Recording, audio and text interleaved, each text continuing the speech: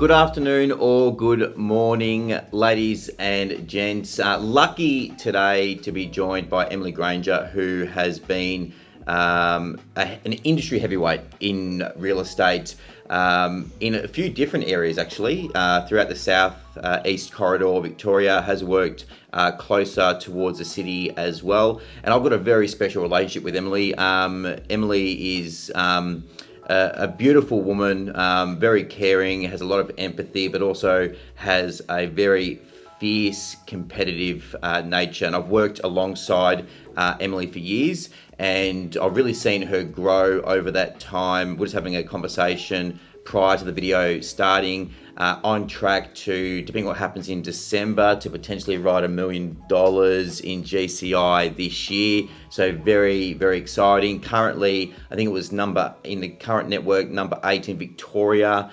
I think that's what it was, yep. As it currently stands. And just an absolute professional. So we're going to talk to her today, just in regards to her background, and some of the things that she thinks are important for any new agent coming into the field, and a bit about her marketplace and so forth as well. So Emily, thank you so much for your time today. Pleasure. So if you just give the viewers a bit of a background to begin with, how old were you? We're just talking about your birthday coming up, like before the video started. How old were you when you started in the real estate industry? 17. 17. And what role? So when you first started at 17, what were you doing? So I started off as a receptionist. Yep. So my friend of the family, they actually had a business in Pakenham, so I was Yep. working for them as a trainee Yep. on reception. So I finished a traineeship. Yep. Was there for about 12 months, and then I moved on from there, and then I went into another franchise group. Yep. And then I worked my way up, really. I went from sales secretary to marketing, did Yep. marketing for quite a number of years, then grew into sort of an office management role. I was doing trust accounting, and then from there jumped into sales. So 17, you were then, so reception to then marketing and accounts and so on. Mm-hmm. At what year did you jump into sales? I was 22. So 22, so a 5-year window.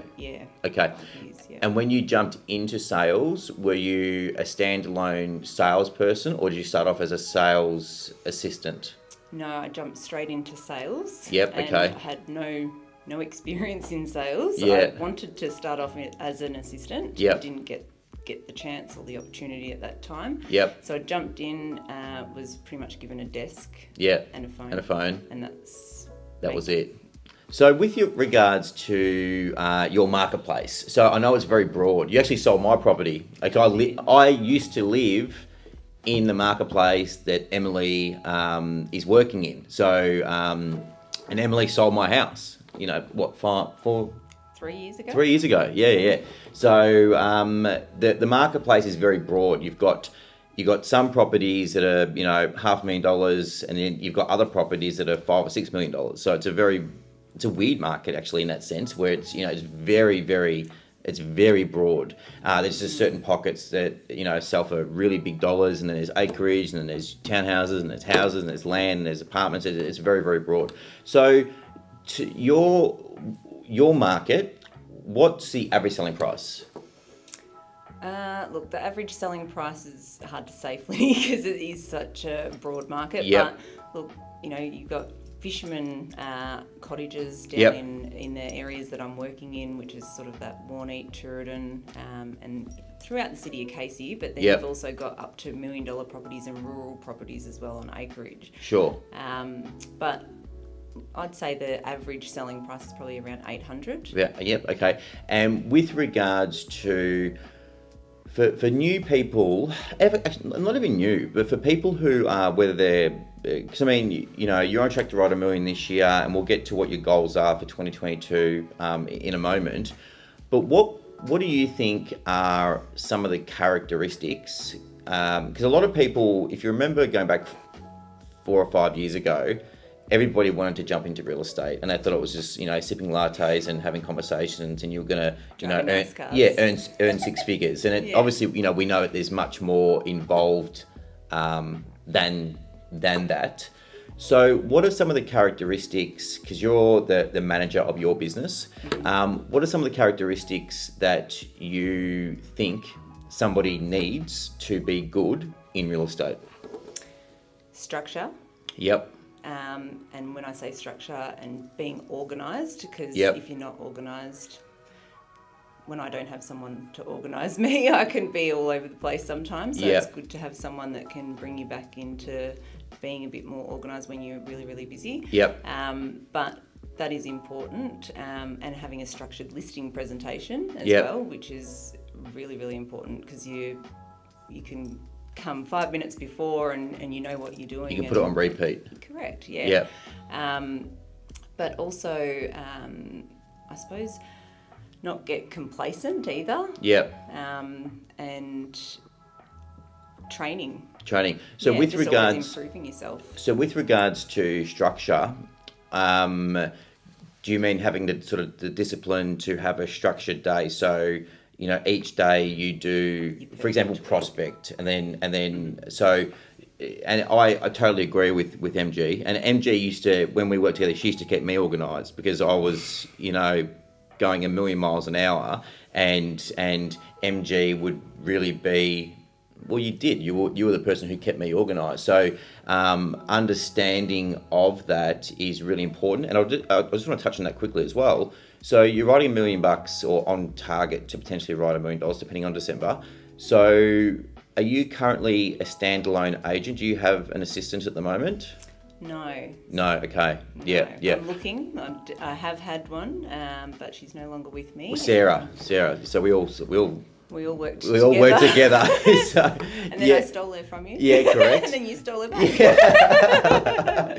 So, to be writing those sorts of figures without the support is a huge effort, because I believe that each person inside a business unit should represent roughly $350,000 in GCI. So the fact that you're doing it all yourself is you must be running around like a mad woman. And I thank her for her time today. She sent me a message this morning saying, because she doesn't like doing these videos, saying, Flynn, you're the only person I'll do these videos for. So we do appreciate it, and I'm sure the viewers appreciate it as well.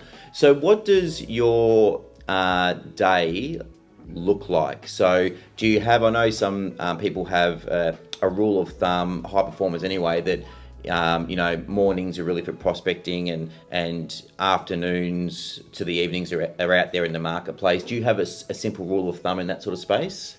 Yeah, I would get all my emails and my calls done in the morning. Yep. And then the afternoon is, Out there in the market? Yeah. Yep, okay. And I could be out there till 9, 10 o'clock at night. Yeah.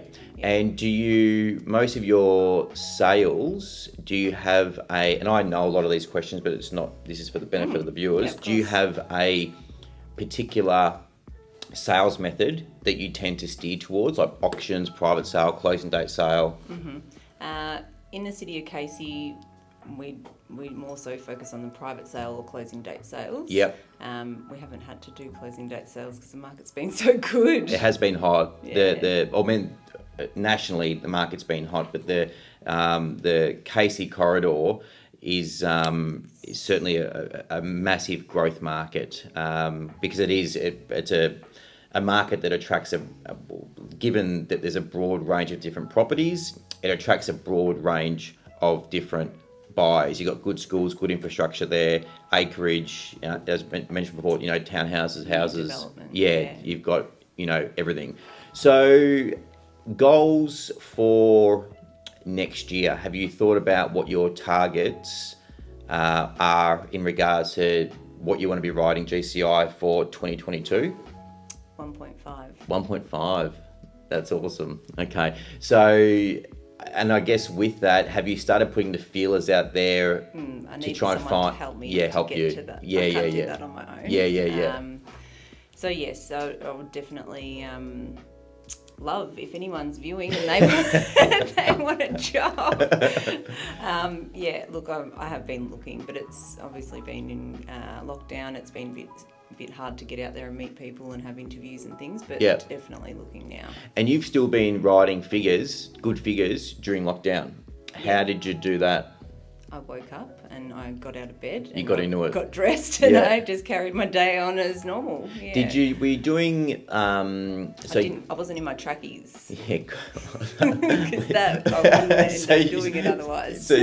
So with just on that, with technology, some of the things that we've noticed in these videos is the people who were doing well, like you, during lockdown, have embraced, because it was a shit scenario, but people also adapted, and then from that learnt skills, me included, skills that they weren't doing previously, that they have carried on in their business post-lockdown. So were you doing listing presentations via Zoom and things like that? Exactly, yeah. Yep. And signing contracts via, online, electronic signatures. Yep. Saves actually so much time that now I've got more time to do other things. Yeah. So doing Zoom meetings, electronic signature contracts, those things, although you now don't need to do them, you still have them inside your business because it's far more time efficient. Correct. Yeah, got you.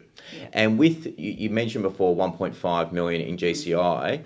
So I think that with different salespeople, the person they bring on needs to be consistent with what they're not so good at. So with you're pretty organised, and I might be speaking out of school here, and you're very competent, you're very organised. So would your first assistant be somebody like a sales creator who's going to give you more opportunity to be in front of more people? Correct. Yeah, got you. Yeah. Yeah, and they'll assist with sales as well. Yeah, and open for inspections and... Open for inspection, putting my boards out.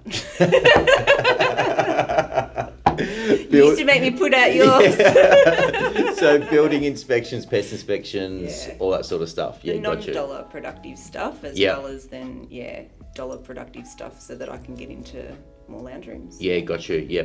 Well, it's and as far as so structure, for people who what you feel are the most important aspects of somebody looking to get into real estate, someone who's structured, someone who's disciplined, somebody who's got a structured listing presentation. So as you mentioned before, if you get to a property, you can just put it on repeat. And it works. Like, I mean, each home's different, of course, and it's in that regard, it's a bit, it's not structured, but in terms of the way that you go through the presentation, it's structured, and it's the same for anyone. Those things like the methods of sale and talking about advertising, and when people ask you about what's your fees, because that's generally the first thing that they want to know. How do you answer those things? And so Emily worked and I work, so I know that when Emily presents, she presents the same as me, because we worked very closely together for many years. So and it's I actually take a lot of pride in watching Emily's career grow, and her saying I'm on track to write $1 million and goals next year for 1.5, because the trajectory of her career has been phenomenal, to say the least, certainly over the last sort of 5 or 6 years. So really, really proud of you. Some great takeaways today in regards to making sure that you're disciplined, using technology post lockdown, even though you had to use it during lockdown as a necessity, but using it post lockdown is a very effective time efficient tool. In regards to bringing on a assistant, obviously Emily's organised, so for her, she was saying that her assistant would be somebody who's looking to generate more business, so she's mindful of her strong points and where she might need help to take her to that next level. So look, thank you so much for your time today. I know you hate doing these videos, so I really... Don't ask me again. I really appreciate it. I'm sure the viewers appreciate it also, and really looking forward to watching you smash that $1.5 million target for 2022. Thank you. Thanks, MG. Thanks. Cheers.